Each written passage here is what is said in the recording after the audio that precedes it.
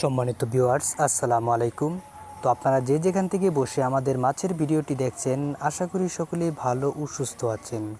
তো আপনাদের সামনে নিয়ে এলাম 2025 সালের অরিজিনাল যে তারা বাইং মাছের পোনাটা, এই পোনাটা আপনাদের সামনে নিয়ে এলাম। তো 1.5 থেকে 2 ইঞ্চি সাইজের তারা বাইং মাছের পোনা। তো এই পোনাগুলো আপনারা প্রতি শতাংশে 1000 থেকে 1500 পিস অতি ঘনত্বই চাষ করা যায়।